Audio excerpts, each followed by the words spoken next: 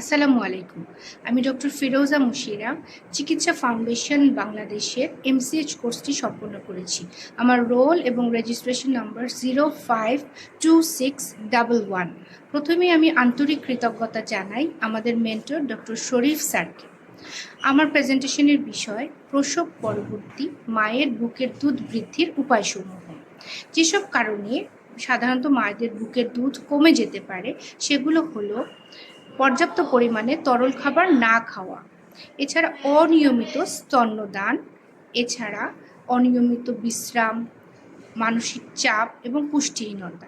এগুলো নিরাময়ের জন্য বা সমাধানে আমাদের কমপক্ষে মায়েদের 3 থেকে 4 লিটার পর্যাপ্ত পরিমাণে পানি, ফলের রস এবং স্যুপ খেতে হবে। এছাড়া পুষ্টিকর খাবার যেমন দুধ, ডিম, শাকসবজি, মেথি, মৌরি এবং প্রোটিন সমৃদ্ধ খাবার গ্রহণ করতে হবে। এছাড়া শিশুর চাহিদা অনুযায়ী নিয়মিত মাকে বুকের দুধ দিতে হবে বাচ্চাকে।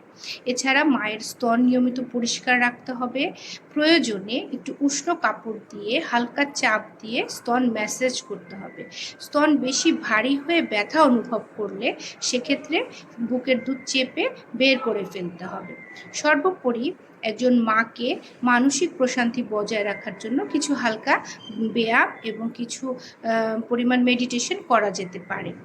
শিশুকে বুকের দুধ পান করানোর সময় শিশুর ত্বক এবং মায়ের ত্বক সংস্পর্শে রাখতে হবে। এছাড়া শিশুর গন্ধ, শিশুর উপস্থিতি এবং শব্দও মায়ের বুকের দুধ বৃদ্ধিতে সাহায্য করে। এছাড়াও যদি জরুরি অবস্থা প্রয়োজন মনে করা হয়, চিকিৎসকের পরামর্শ অনুযায়ী দুধ বৃদ্ধির কিছু ওষুধ গ্রহণ করা যেতে পারে। Thank you.